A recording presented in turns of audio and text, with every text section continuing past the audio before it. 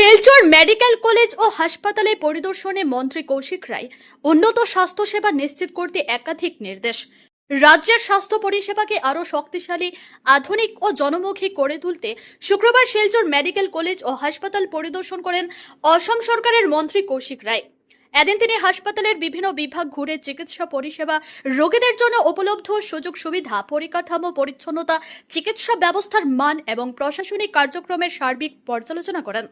পরিদর্শনের পর হাসপাতাল প্রশাসন ও সংশ্লিষ্ট আধিকারিকদের সঙ্গে এক পর্যালোচনা বৈঠকে অংশ নেন মন্ত্রী।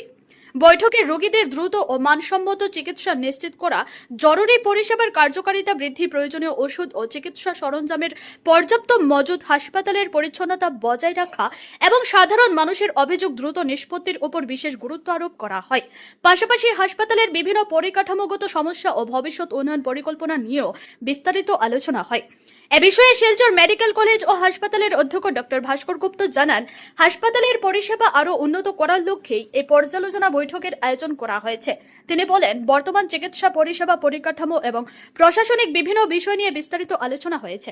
আজকে আমাদের এখানে আমাদের বরাকভেড়ির মন্ত্রী কৌশিক রায় জি এসেছিলেন। তো মেডিকেলের বিভিন্ন সমস্যা যেগুলো আছে এগুলো নিয়ে ডিটেল ডিসকাশন হয়েছে, আর ওগুলা উনিও অ্যাডভাইস দিয়ে গেছেন, ওইগুলো আমরা পালন করবো।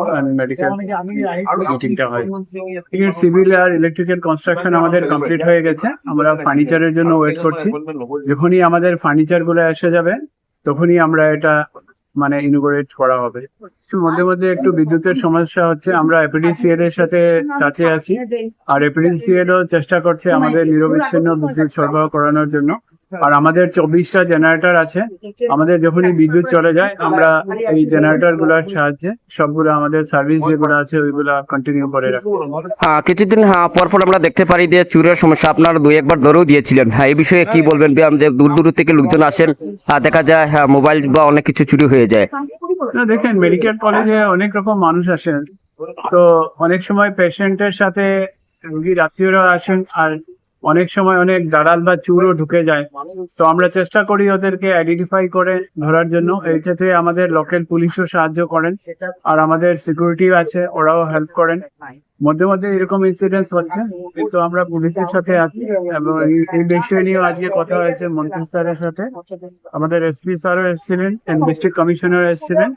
এগুলো নিয়ে আমাদের এসওপি কিছু বানানো হচ্ছে, অ্যাকর্ডিংলি আমরা আশা করছি এর সুফল আমরা শীঘ্রই পাবো।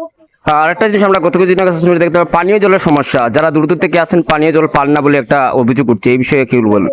না, দেখেন পানীয় জল তো আমাদের পিএইচই সরবরাহ করে। তো পিএইচই অনেক ক্ষেত্রে অনেক সময় যদি কারেন্টের প্রবলেম হয়ে যায় তো পিএইচই মানে পর্যাপ্ত পরিমাণ জল দিতে পারে না, তখন এইসব ক্ষেত্রে তখন প্রবলেম হয়। তো ওটা নিয়ে আমরা অলরেডি কাছে আছি পিএইচির সাথে, এবং আমাদের ডিস্ট্রিক্ট কমিশনারকেও ব্যাপারটা জানানো হয়েছে, উনিও ব্যাপারটা জেনেছেন। আর আমরা আশা করছি এইসব ব্যাপার শীঘ্রই মিটে যাবে।